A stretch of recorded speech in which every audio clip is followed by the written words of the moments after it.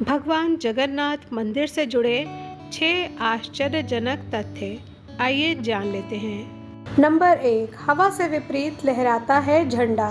आमतौर पर दिन के समय हवा समुद्र से धरती की तरफ चलती है और शाम को धरती से समुद्र की तरफ। लेकिन आपको जानकर हैरानी होगी कि यहाँ ये प्रक्रिया उल्टी है। मंदिर का झंडा हमेशा हवा की दिशा के विपरीत लहराता है। हवा का रुख जिस दिशा में होता है, झंडा उसकी विपरीत दिशा में लहराता है। नंबर 2 पर है रसोई का रहस्य। कहा जाता है कि जगन्नाथ मंदिर में दुनिया की सबसे बड़ी रसोई है। रसोई का रहस्य ये है कि यहाँ भगवान का प्रसाद पकाने के लिए 7 बर्तन एक के ऊपर एक रखे जाते हैं। ये बर्तन मिट्टी के होते हैं जिसमें प्रसाद चूल्हे पर ही पकाया जाता है। आश्चर्य की बात यह है कि इस दौरान सबसे ऊपर रखे बर्तन का पकवान सबसे पहले पकता है, फिर नीचे की तरफ से एक के बाद एक प्रसाद पकता जाता है।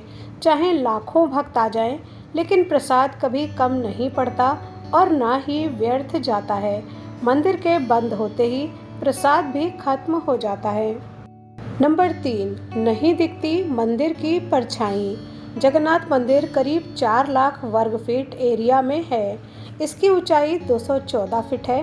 किसी भी वस्तु या इंसान, पशु पक्षी की परछाई बनना तो विज्ञान का नियम है, लेकिन जगत के पालनहार भगवान जगन्नाथ के मंदिर का ऊपरी हिस्सा विज्ञान के इस नियम को चुनौती देता है।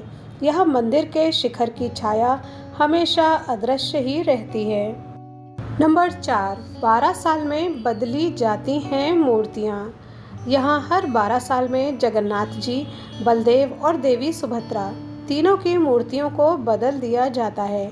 नई मूर्तियाँ स्थापित की जाती हैं। मूर्ति बदलने की इस प्रक्रिया से जुड़ा भी एक रोचक किस्सा है। मंदिर के आसपास पूरी तरह अंधेरा कर दिया जाता है।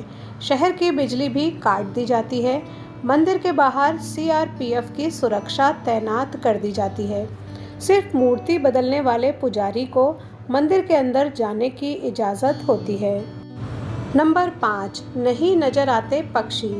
आमतौर पर मंदिर या बड़ी इमारतों पर पक्षियों को बैठे देखा जाता है, लेकिन पुरी के मंदिर के ऊपर से ना ही कभी कोई प्लेन उड़ता है और ना ही कोई पक्षी मंदिर के शिखर पर बैठता है। भारत के किसी भी दूसरे मंदिर में ऐसा नहीं देखा गया है। नंबर 6, मूर्ति में नहीं है किसी के हाथ पैर और पंजे।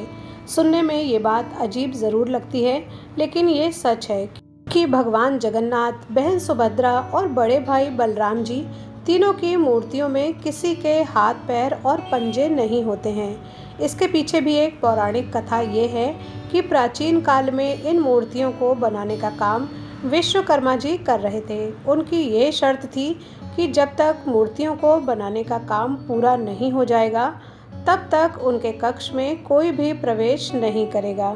लेकिन राजा ने उनके कक्ष का दरवाज़ा खोल दिया, तो विश्वकर्मा जी ने मूर्तियों को बनाना बीच में ही छोड़ दिया। तब से मूर्तियां अधूरी रह गईं, जो कि आज तक पूरी नहीं हो पाई हैं। तब से इन तीनों मूर्तियों के हाथ पैर और पंजे नहीं होते। मूर्तियों को नीम की लकड़ी से बनाया जाता है।